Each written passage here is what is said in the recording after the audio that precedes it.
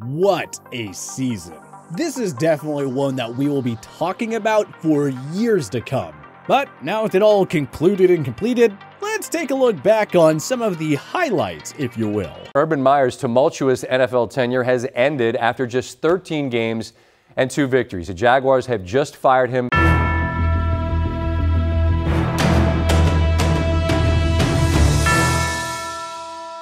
The 2021 NFL season had it all. So what better way to recap the season than by stealing a title from one of Clint Eastwood's greatest films, The Good, the Bad, and the Ugly.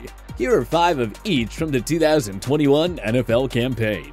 Good, Cooper Kupp and the All-In Rams. The Los Angeles Rams won Super Bowl 56 the unconventional way, by ignoring the long-term future consequences of going all in. That is, by sacrificing pretty much all of their draft capital to acquire proven veterans that could fuel their playoff push. Cooper Kupp won the Triple Crown, leading the NFL in receptions with 145, in receiving yards with 1,947, and in touchdowns with 16. And to say that they surrounded their star wideout with talent across their roster would be an understatement. The Rams gave up a ton of picks to land Jalen Ramsey in 2019 and Matthew Stafford in 2021. Ahead of the 2021 trade deadline, they sent 2 selections to the Denver Broncos for future Hall of Famer Von Miller. Then they went out and signed Odell Beckham right after he was released mid-season by the Cleveland Browns. The Rams got hot down the stretch, winning 5 of their last 6, and they rode that momentum all the way to their franchise's 2nd Super Bowl, taking down the Cards, Bucks, Niners, and Bengals along the way. So who needs draft picks? Am I right? Bad. Officiating. Again.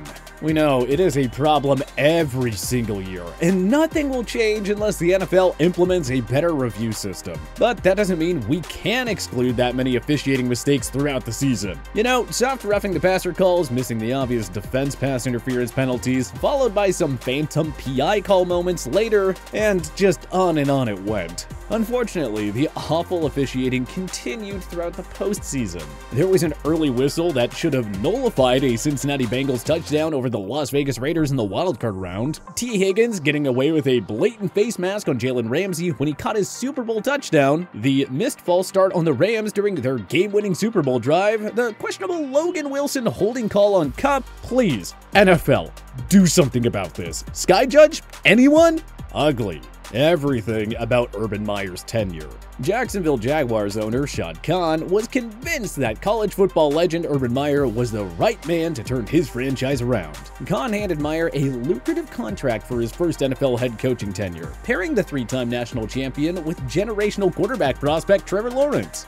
But it was a mess from the get-go. He signed his Florida Gators buddy Tim Tebow as a tight end, even though he hadn't even played in the NFL since 2012. Meyer was also said to have berated his own coaches, calling them losers while bragging about his individual success. He was seen grinding with some blonde woman, who wasn't his wife, after staying behind in Cincinnati following a game against the Bengals, rather than traveling home with the team like real NFL coaches tend to do.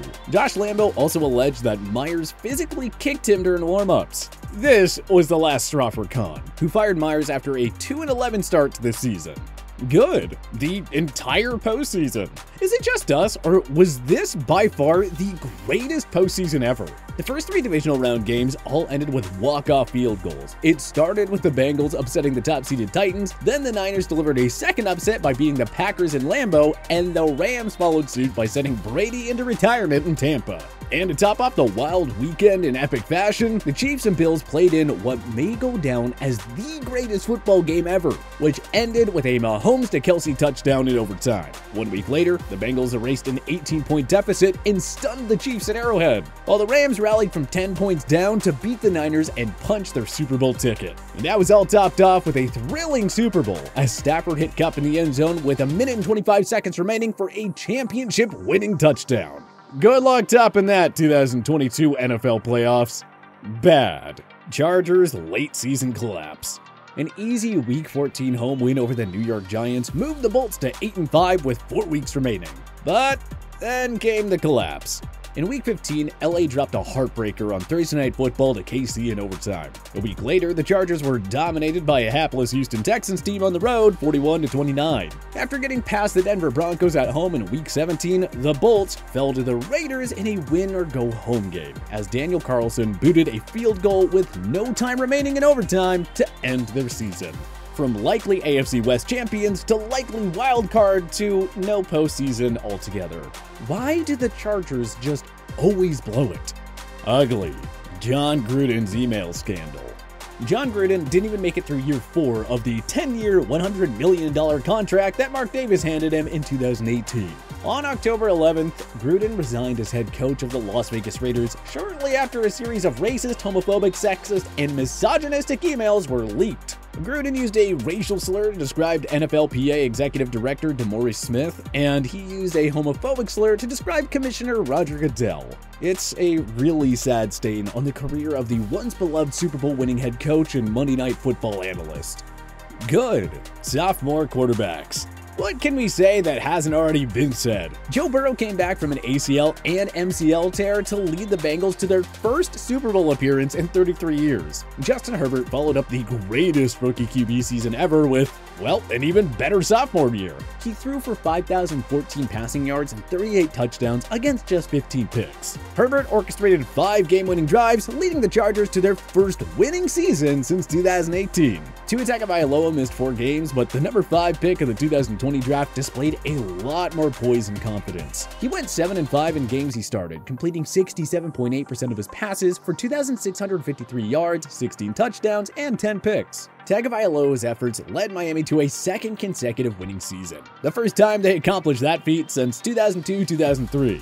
Jalen Hurts overcame a sluggish start and became a must-watch sensation in the league's best rushing attack. Hurts helped the Eagles rebound from a miserable 4-win season by leading them to a 9-8 record, good enough for the final wildcard spot in the NFC. And finally, Tyler Huntley sure kept the Baltimore Ravens competitive without Lamar Jackson for the final 4 games. He established himself as one of the game's best backups. Not bad for an undrafted product.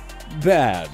Rookie quarterbacks. While Burrow, Herbert, and Tua showed plenty of promise as rookies in 2020, the 2021 rookie QB class was mostly disappointing. Mac Jones and Davis Mills are really the only exceptions, so we'll move on to the others. Not that it was entirely his fault, but Trevor Lawrence struggled tremendously, with a lackluster 59.6 completion percentage, 12 touchdowns, 17 picks, and 9 fumbles. Number 2 overall pick, Zach Wilson, went 3-10 as a starter, completing only 55.6% of his passes for 9 touchdowns and 11 picks. He took 44 sacks and fumbled 5 times. The New York Jets certainly expected better. Trey Lance saw limited play behind Jimmy Garoppolo, so we can't really evaluate him here. Justin Fields took 36 sacks in 12 games. He only won 2 starts, completed less than 60% of his passes, and had 7 touchdowns against 10 picks. He was often dynamic as a runner, but Fields also fumbled 12 times. Again, can't fully blame these guys given their situations, but considering the hype around this draft class, we certainly expected some rather dazzling performances from these rookie quarterbacks. And we did not get that. Ugly. Antonio Brown's exit from Tampa. Tom Brady recruited Antonio Brown midway through the 2020 season. AB mostly behaved, and head coach Bruce Arians even praised the former Pro Bowl wideout for being a model citizen. Brown managed to avoid controversy and trouble during Tampa's run to Super Bowl 55. Surely, winning a championship ring and playing alongside close friend Tom Brady would keep him happy for the long run, right? No. Brown found a way to orchestrate an exit from a 4th team in less than 3 years. In Week 17 against the Jets, Brown engaged in an argument with Arians. AB claimed that they wanted him to continue playing even though he said he was injured. But anywho, Brown threw a temper tantrum, took off his gear, even his jersey and shirt, did jumping jacks in the end zone, then ran off the field and out of the stadium. Just another silly act on Brown's end. Even Brady, in a championship ring, couldn't keep him content. Good. Week 18. Where do we start? Ben Roethlisberger orchestrating one more signature clutch drive to get past the arch-rival Ravens in overtime? The 49ers coming back from 17 down to stun the Rams in overtime and claim the NFC's final playoff spot? The epic Chargers-Raiders Week 18 winner-go-home game? That's all we gotta say, folks. Week 18 delivered more drama and theatrics than any Oscar-winning action film. Bad. Russell Wilson and the Seahawks. Wilson wouldn't confirm the rumors that he wanted out of Seattle, but his long-term future in the Emerald City is clearly in question. Though Wilson finished with a fine season statistically, 25 TDs against 6 picks, he simply hasn't been the same since the first half of 2020, when he was playing like an MVP candidate. Missing 3 games with a finger injury didn't help, of course. Seattle's offense was inconsistent all year, finishing 16th in points. The D improved, but still struggled against top-flight offenses. And once again, Wilson was under duress behind an atrocious O-line. It all added up to Seattle's first losing season under Wilson and their second non-playoff season in his career. Where things go from here, we'll soon find out. Ugly. Colts second-half meltdowns.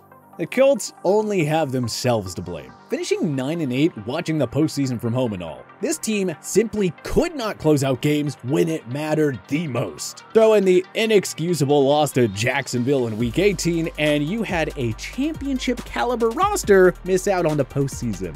Good. The Bengals. Nobody, and I mean nobody, thought the Bengals would seriously contend for a playoff spot this year, since he beat Vegas in the wildcard round.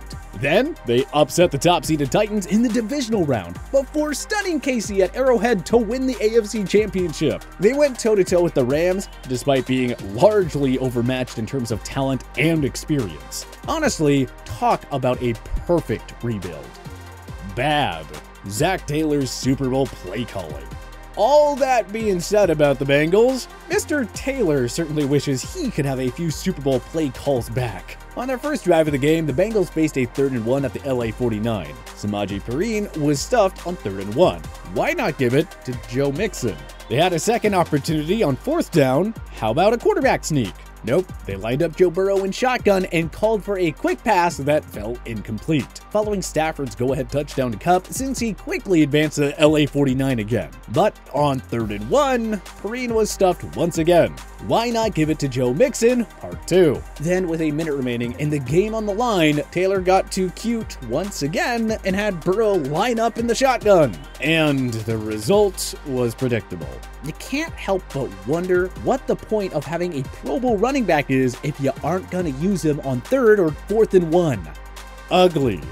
Another Cliff Kingsbury team collapse. From 7-0 to 11-6 finish and a humiliating exit in the playoffs, we should have known. This graphic tells it all. Shame on us for not seeing this coming. History told us that this would happen. But what other good, bad, or ugly moments from the 2021 season should we have included on our list? Join us in the comment section below. If you like this video and learned a thing or two, clicking the like button helps out a ton. And hey, we appreciate it. If this is your first time coming around to TPS though, subscribing is a great idea because we put out videos like this every single day.